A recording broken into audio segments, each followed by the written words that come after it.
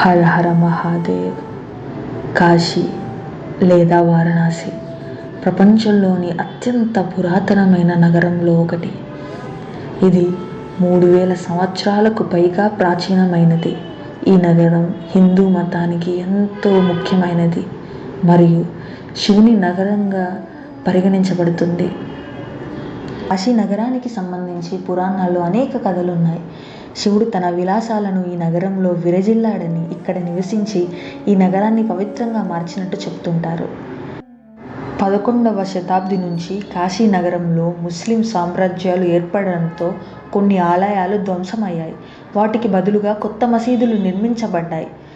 ఏవి ధ్వంసమైనా, ఏవి నిర్మించబడినా, కాలానికి విరుద్ధంగా ఏం జరిగినా, ఎన్ని మార్పులు జరిగినా మారనిది ఒక్కటే, అదే ఆధ్యాత్మికత. బ్రిటిష్ కాలంలో కూడా కాశీ అనేక పరిణామాలను ఎదుర్కొంది. 19వ శతాబ్ది చివరలో బ్రిటిష్ పాలకులు నగరంలో మాధ్యమిక అభివృద్ధి చేయడం ప్రారంభించారు. కానీ కాశీ యొక్క ఆధ్యాత్మికత మహిమ ఇంకా కొనసాగింది. కాశీ అనేది భక్తి మాత్రమే కాదు, అది జీవితం, మరణం మరియు మోక్షం కలిసిన పవిత్ర స్థలం. ఒక్కసారి కాశీ సందర్శిస్తే తెలుస్తుంది జీవితంలో ఏది మనం కోల్పోయామనేది. ప్రతి మనిషి జీవితంలో ఒక్కసారైనా వెళ్ళి చూడవలసిన ప్రదేశం కాశీ. అది మన భారతదేశానికే గుండె లాంటిది. కాశీని సందర్శించడం అంటే శివుడితో ఒక్కటవ్వడం, గంగతో శుద్ధి చెందడం. కాశీ ఒక నగరం కాదు, ఒక జీవన తత్వం. ఇది శివుని నిలయమైన గంగానది ఒడ్డున సంతృప్తి పొందే స్థలం.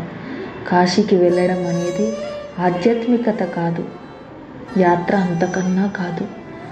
అది జీవితంలో ఒక శాశ్వత మార్పును తీసుకురావడమే దీని ప్రత్యేకత. ఇక్కడ ప్రతి రాత్రి గంగా హారతి చూస్తే మీరు కాలం మరియు స్థలం అతీతంగా ఒక పరిశుద్ధ అనుభూతిని పొందుతారు. ఇక్కడ మరణం కూడా ఒక కొత్త ఆధ్యాత్మికత జీవనదారిగా భావించబడుతుంది.